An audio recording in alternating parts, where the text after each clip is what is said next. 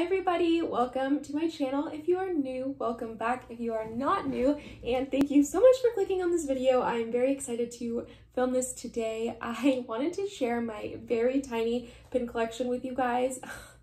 I say very tiny because I know that people have huge pin collections. I know that some people, this is their passion, this is what they do, they collect pins. And while I love Disney pins and I have a lot of Disney pins, I am by no means a Disney pin collector and I do not have a large collection. So I just, out of respect for those people, I just have a very tiny collection. And honestly, I never really collected pins when I was younger. I would grab like a few pins here and there just as little souvenirs, but I never really did the whole pin trading when I was younger. I would like to say maybe 2 or 3 years ago, I got a little bit interested in it and I bought maybe like one of the mystery packs for the Tsum Tsums because I really wanted to get Marie. And then I bought a few other pins here and there, but a lot of times for me, most of the pins are just for souvenir purposes. They're not really for trading, and I do have a few that I've traded for, but most of the time I just kind of enjoy looking at pins and I only really get them if they're something that I want to keep. So that's kind of how I've accumulated. I keep looking down because I'm staring at my little pin collection right in front of me. Also, do you guys like my outfit? I decided to match Orange Bird today. I thought that would be kind of fun because I do have a lot of Orange Bird pins. This was kind of where I started collecting pins. I saw on a cast member's lanyard that they had, I believe it was like one of these little Orange Bird pins, and I said, oh my gosh, that's so cute, where can I buy one? You could only trade for them, and I was like, oh, really? And that's kind of when I started getting more interested in the pin universe, so I wanted to get the hidden Mickey pins, so I had to buy other pins to trade. Another thing before we start that I wanted to talk about is, what do you guys think the future of pin trading is? I know that the parks are opening slowly but surely and that they are practicing different social distancing policies and doing all of the things that they can to keep everybody safe.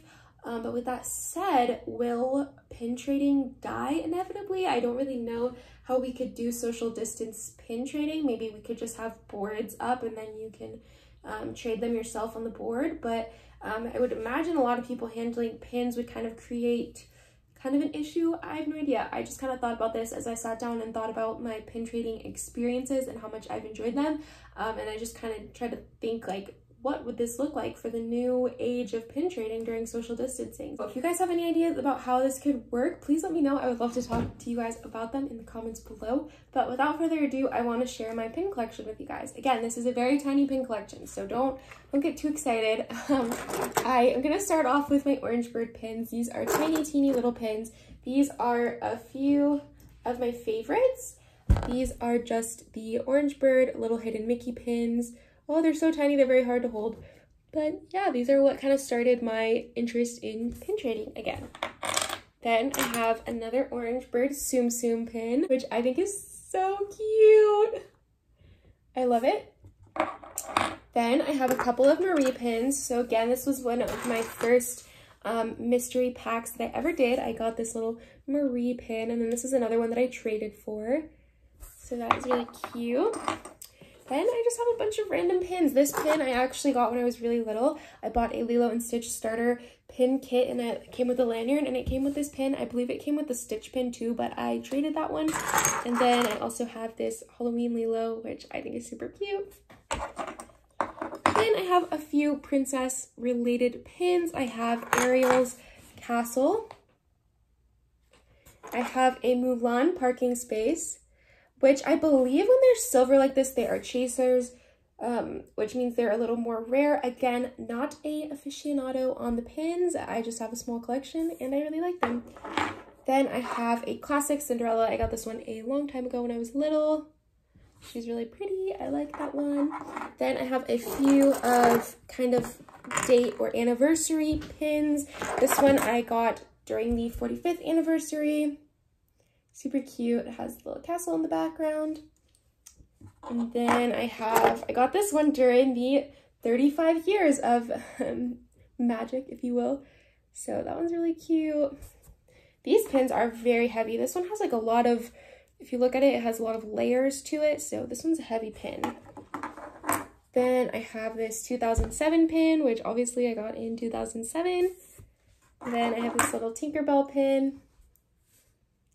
I love the little sparkles, and it says "Where Dreams Come True" on it, which I think that's pretty perfect. Then I have a Mickey Bowl Tupperware pin. I traded for this one in a mystery pin trading situation. So basically the cast member had pins on her lanyard, and then she had some that were flipped backwards. And if you answered a Disney trivia question, you could win one of the pins. So I did it. I got the question correct. I don't remember what the question was. And I ended up with this guy, which he's kind of random. But I kind of like him. I might trade him if pin trading is still a thing, but if not, it's kind of funny, kind of unique. Then I have this Minnie Mouse pin with just her signature. This was another one that I traded for, and I really like it. I think it's cute. I don't really ever see gold pins, so I thought that was kind of fun that it was different and it was gold. Then I have these two pins that I found on different pin boards that I traded for, and I just thought they were so stinking cute. This one is the parking tram, and this one is a ferry boat. They're so cute. I absolutely love them. I'm a sucker for those cute little faces. Then, okay, these two, I really like them because they're Disneyland pins, and I thought how crazy that I could get Disneyland pins at Disney World, so I had to trade for them. This one is a Monsters Inc. pin, and this one is a Disneyland e-ticket, which is good for the New Orleans Square, Haunted Mansion, or Pirates of the Caribbean. So an e-ticket ride was a big deal ticket ride back when they did all of the ticket books at Disneyland. So I thought that was kind of fun, and I liked that I was able to get a Disneyland pin at Disney World. I don't know if that is just random, but I thought it was pretty cool. Then I have this Groot pin. I love Groot. He's one of my favorite Marvel characters, and Nick actually got me this for my birthday one year, and I really, really like it. It's super cute. It just says "I am Groot" on it, and it has little branches, and it's just really cute. I would obviously never trade this one because it means a lot to me. Then I have this little tiny button type pin, and it says "The Frontierland 35-year anniversary," and it has Goofy on it. This one is definitely an old one, and I would never trade this one. Then I have a few pins that I've actually kept on their pin backing.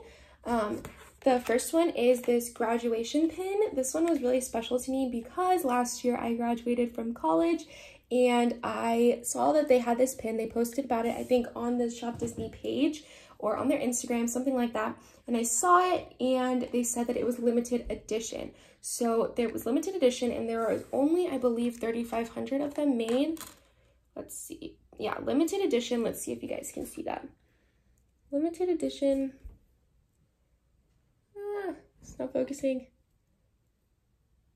Okay, well, it says limited edition 3,500. So that means that there are only 3,500 of these pins in the entire world, which is pretty exciting. So I have my aunt and uncle to thank for this because I saw this pin and they actually surprised me for my graduation, and they came to my graduation party without me knowing. And then they also went to the parks, and we met up with them, and they were able to find this pin for me, and they surprised me with it. So I am really grateful for this pin, and it has such a great memory for me of them surprising me. And it's a limited edition, so honestly, this pin I will never get rid of. I don't think I'll ever take it off of its pin backing.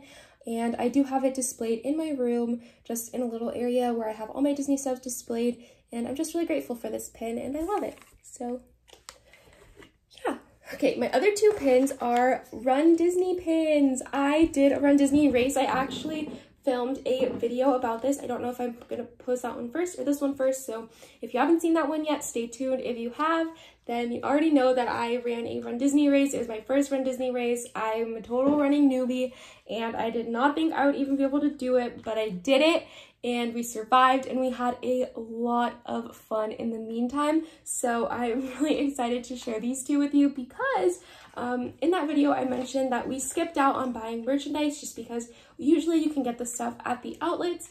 And that is just what we did. So this first pin is a limited release. It says the Enchanted 10K on it.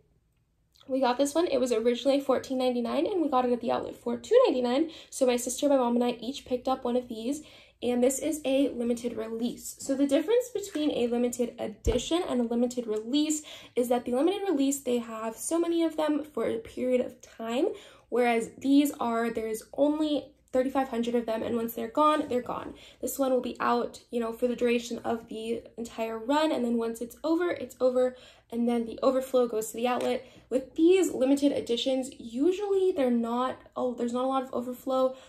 Sometimes you'll find them at the outlets. I know a lot of times the Disney Christmas pins will go to the outlets, but I don't know if those are technically limited edition or limited release.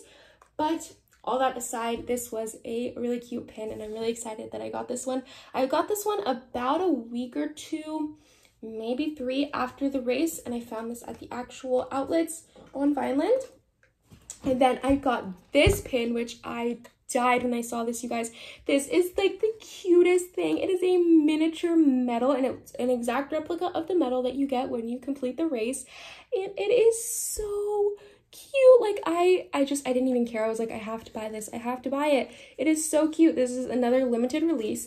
And I found this one at Cast Connections, which is the outlet for the actual employees at Walt Disney World.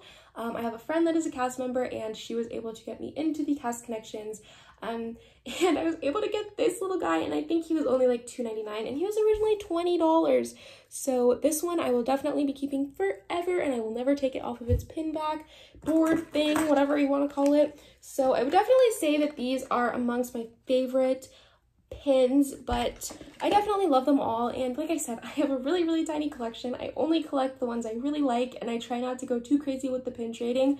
But I do look forward to going back to the parks and hopefully being able to pin trade. So yeah, that's my collection, you guys. I would love to hear if you have any of the same pins as me, if you guys have a huge collection, maybe what your favorite pin is, or maybe a funny pin trading story. I know that a lot of people enjoy pins and they enjoy pin trading, and this is just my little take on it. I really love all my pins, and I am grateful to have had the opportunity to pin trade. Like I said, I don't know if that's going to be something that happens in the future.